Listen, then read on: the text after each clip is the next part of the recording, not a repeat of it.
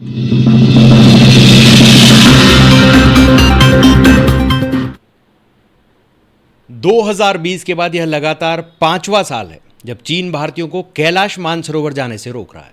अब भारत से कैलाश मानसरोवर जाने के 2 रास्ते हैं। फिलहाल इन दोनों रास्तों पर रोक है।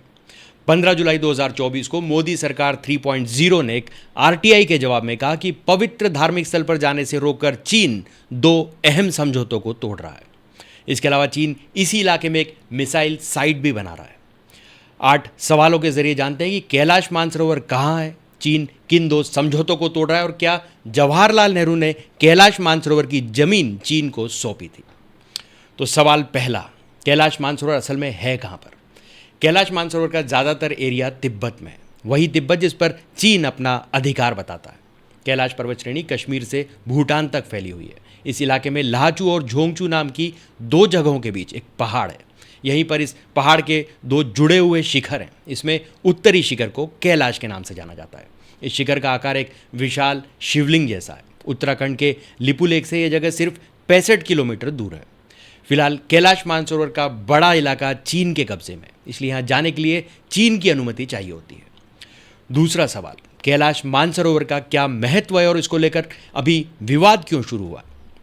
हिंदू धर्म में यह मान्यता है कि भगवान शिव अपनी पत्नी पार्वती के साथ कैलाश पर्वत पर निवास करते थे। यही वजह है कि हिंदुओं के लिए एक बेहद पवित्र जगह है। जैन धर्म में यह मान्यता है कि प्रथम तीर्थंकर ऋषभनाथ ने यहीं से मोक्ष की प्राप्ति की थी। 2020 से पहले हर साल करीब 50,000 हिंदू यहाँ भारत और नेपाल के रास्ते धार्मिक यात्रा पर जाते रहे। 2020 से चीन भारत को कैलाश मानसरोवर की यात्रा की इजाज़त नहीं दे रहा है। इसी महीने भारत सरकार ने एक आरटीआई के जवाब में कहा कि कैलाश मानसरोवर जाने से रोककर चीन 2013 और 2014 में हुए 2 प्रमुख समझौतों को तोड़ रहा है।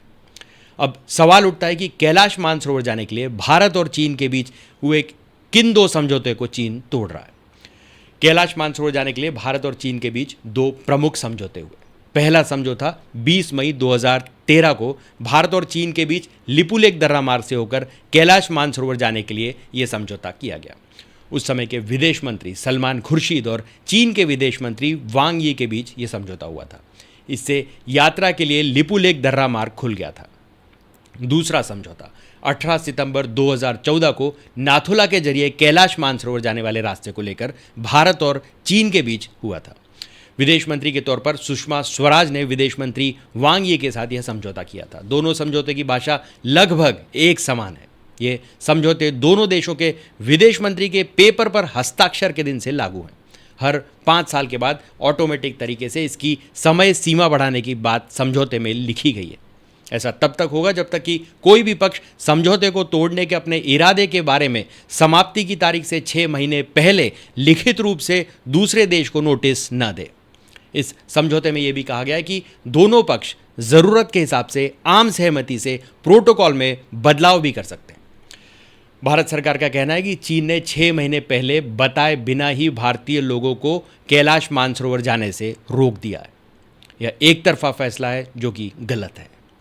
चौथा सवाल, क्या नेपाल से होकर भारतीय कैलाश मानसरोवर जा सकते हैं और क्या इसके लिए चीन का वीज़ा ज़रूरी है? किसी भी रास्ते से कैलाश मानसरोवर जाने के लिए भारतीयों के पास चीन का वीज़ा होना ज़रूरी है। भारत से कैलाश मानसरोवर जाने के 2 रास्ते हैं, जबकि कुछ लोग नेपाल के रास्ते भी यहाँ जाते हैं। नेपाल के अखबार काठमांडू पोस्ट का दावा है कि पिछले साल नेपाल से होकर कैलाश मानसरोवर जाने वाले 50,000 यात्रियों को चीन ने इजाज़त नहीं दी। इसमें नेपाल और भारत दोनों देशों के लोग शामिल हैं। भारतीयों के लिए नियम कड़े कर दिए हैं। ये नियम इतने ज़्यादा कड़े हैं कि भारतीयों के लिए नेपाल से होकर भी कैलाश मानसरोवर जाना मुश्किल हो गया है। मई 2023 में association of Kailash tour operators Nepal एक्टॉन ने नेपाल में चीनी राजदूत चेन सोंग को पत्र लिखकर कैलाश यात्रा पर जाने वाले यात्रियों के लिए नियम में बदलाव की मांग की थी। उन्होंने अपने पत्र में कहा कि इस कड़े नियम की वजह से उनके परिवार की आमदनी न के बराबर हो गई है। वियॉन न्यूज़ वेबसाइट के मुताबिक भारतीय तीर्थ यात्रियों को कैलाश मानसरोवर भेजने वाली नेपाली कंपनियों को $60,000 यानी 8 मिलियन नेपाली रुपए चीन सरकार के पास एडवांस में जमा करने होते हैं। चीन ने ये नियम 2020 के बाद बनाए।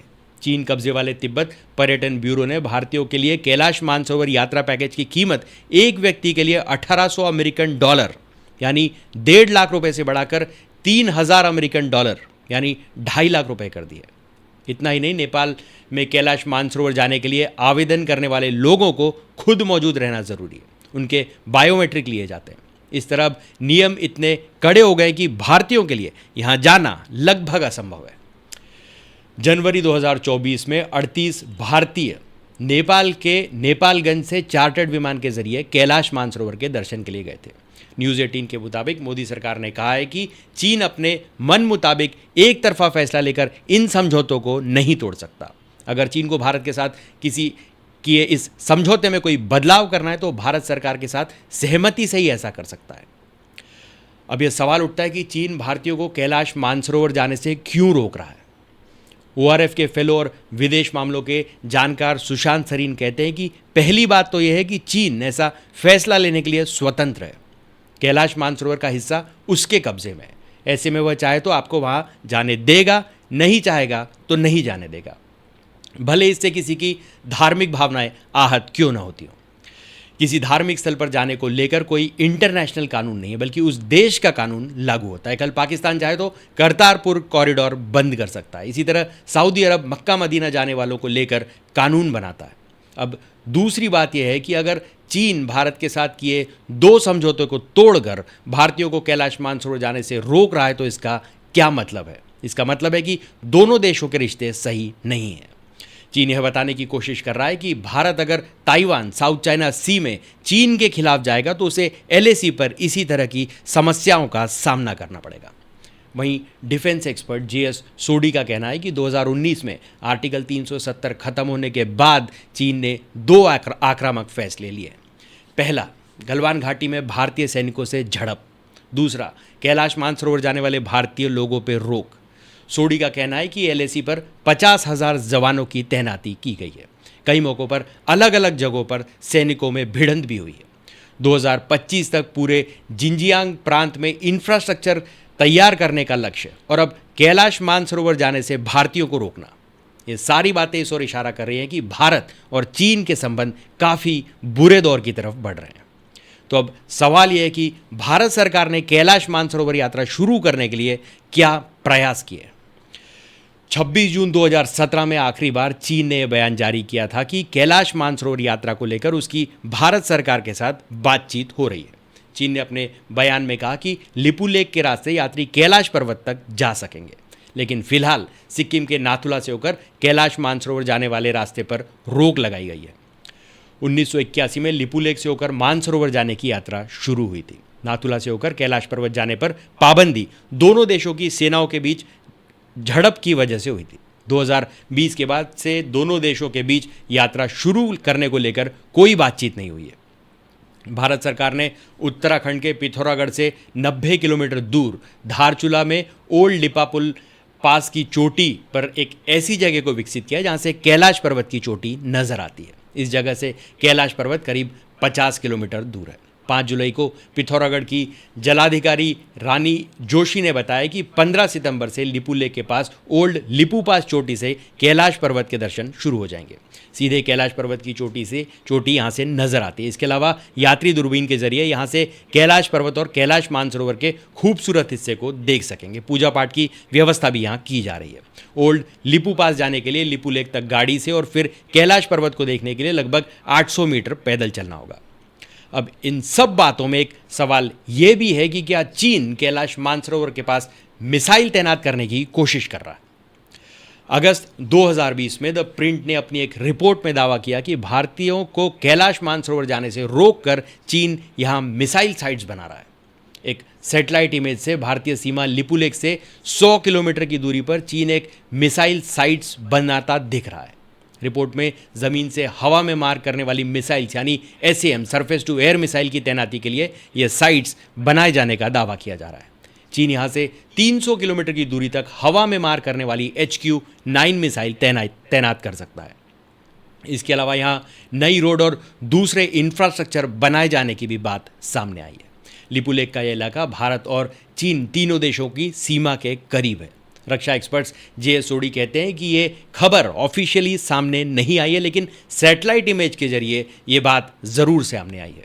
यह दिखता है कि चीन किस हद तक भारत को लेकर आक्रामक रवैया अपना रहा है। अब एक ऐतिहासिक सवाल, क्या जवाहरलाल नेहरू ने कैलाश मानसरोवर की जमीन चीन को सौंपी थी? जवाहरलाल नेहरू के प्रधानमंत्री रहते हुए कैलाश पर्वत और इसके आसपास के क्षेत्र चीन को सौंपे जाने को लेकर दो तरह की बातें कही जाती हैं। पहली, पूर्व राजदूत पी स्टोपदान ने अपने एक आर्टिकल में लिखते हैं कि कैलाश मानसरोवर इसके आसपास का इलाका 1960 के दशक तक भारत के अधिकार क्षेत्र में आता था। लद्दाख के राजा त्स्वांग नामग्याल का शासन क्षेत्र कैलाश मानसरोवर के मेंसर्स नाम की जगह तक था। यह पूरा इलाका भारत चीन के नेपाल की सीमा तक फैला था। 1911 और 1921 की जनगणना में कैलाश मानसरोवर वाले इलाके के मेंसर्स गांव में 44 भारतीय घर होने की बात सरकारी रिकॉर्ड में। 1958 के जम्मू कश्मीर समझौते के मुताबिक मेंसर्स चीन के कब्जे में चला गया। यह इलाका चीन कब्जे वाले लद्दाख तहसील के 110 गांवों में से शामिल था। 1959 में पहली बार चीन ने अपने मैप में सिक्किम, भूटान से लगते कैलाश मानसरोवर के बड़े हिस्से को अपने अधिकार क्षेत्र में दिखाया था। भारत के प्रधानमंत्री जवाहरलाल नेहरू ने संसद के बाहर और भीतर इसका जोरदार विरोध दर्ज कराया था। पूर्व राजदूत स्टोपदान का कहना है कि नेहरू ने ये जमीन भले ही चीन को न सौंपी हो, लेकिन वो इसे बचाने में कामयाब नहीं रहे।